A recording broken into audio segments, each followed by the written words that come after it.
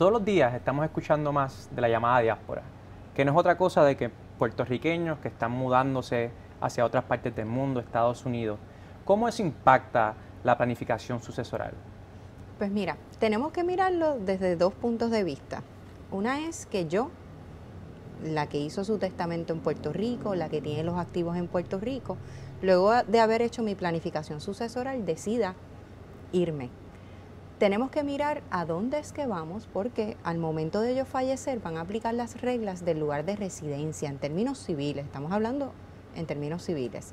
Así que si yo hice un testamento en Puerto Rico y termino viviendo en la Florida, por dar un ejemplo, tengo que mirar cuál es la ley del estado y la ley a nivel federal, a nivel civil, para determinar qué es lo aplicable en mi caso. En el caso del Código Civil específicamente dice que los activos inmuebles, entiéndase residencias, estructuras, propiedades, tienen que dejarse llevar por el Código Civil de Puerto Rico en términos de la ley de aquí. O sea que yo puedo mudarme a la Florida, tener activos allá, y si mi residencia principal o alguna otra segunda propiedad está aquí, esa se va a regir por las leyes de Puerto Rico.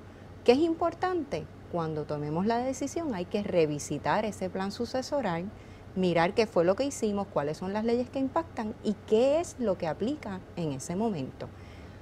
Cuando hablamos de que yo, testadora, me quedo en Puerto Rico y son mis hijos los que se van, en términos generales, la planificación sucesoral mía no se ve afectada, porque el heredero no importa dónde resida para recibir los bienes.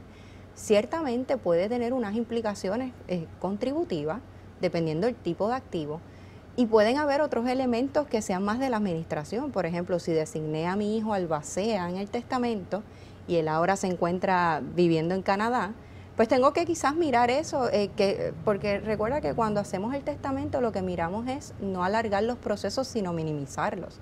Y son cosas que hay que mirar con detenimiento: a quién yo designé, si todavía es idóneo esa persona, qué es lo que, ¿verdad? Si el hijo decide regresar, qué es lo que quiere hacer con la residencia que tenga acá. O sea que cada situación hay que mirarla con detenimiento y siempre los exhortamos a que consulten con su asesor contributivo y legal. Zaida, y Laura mencionó brevemente que pueden haber implicaciones contributivas. ¿Puedes abundar un poco sobre eso? Definitivamente.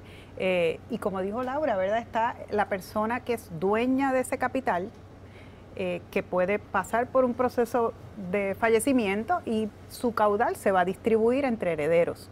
El momento como tal de partir una herencia tiene que pasar por el proceso de unas planillas de caudal relicto que pudieran ser de Puerto Rico o federales, dependiendo la situación en particular, pero si estamos hablando de que esta persona que hizo su planificación en Puerto Rico de repente decidió mudarse fuera de Puerto Rico, pues ahora tiene que planificar distinto, porque a nivel civil tiene unas implicaciones, pero a nivel contributivo también.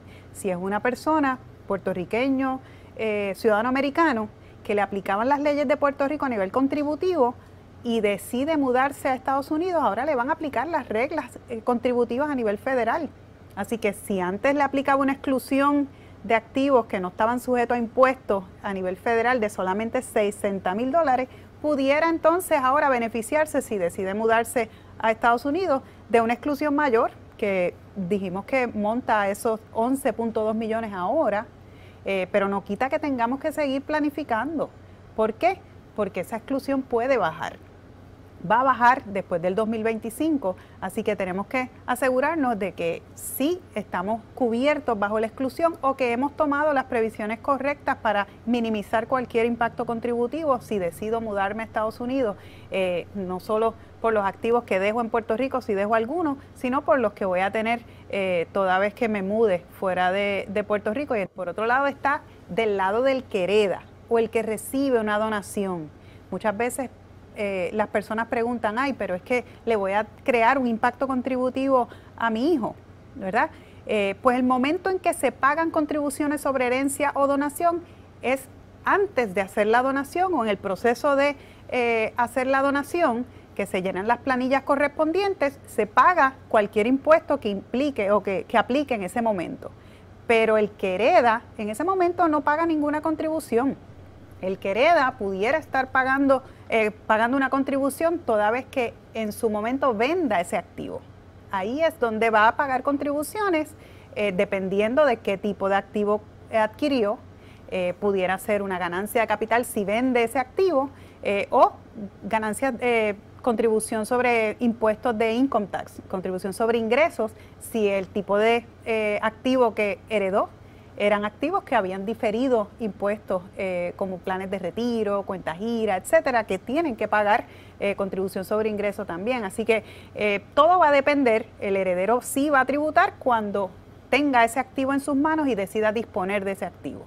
Pero no por el mero hecho de que recibió una herencia o una donación, pues le conlleva un impacto contributivo. Gracias a ambas. Bueno, si hay algo que hemos aprendido en el conversatorio del día de hoy, es que la planificación sucesoral puede ser bien abarcadora y muy compleja. Por eso los exhortamos a pasar por nuestro proceso de planificación financiera aquí en Popular One. Muchas gracias por acompañarnos en el día de hoy.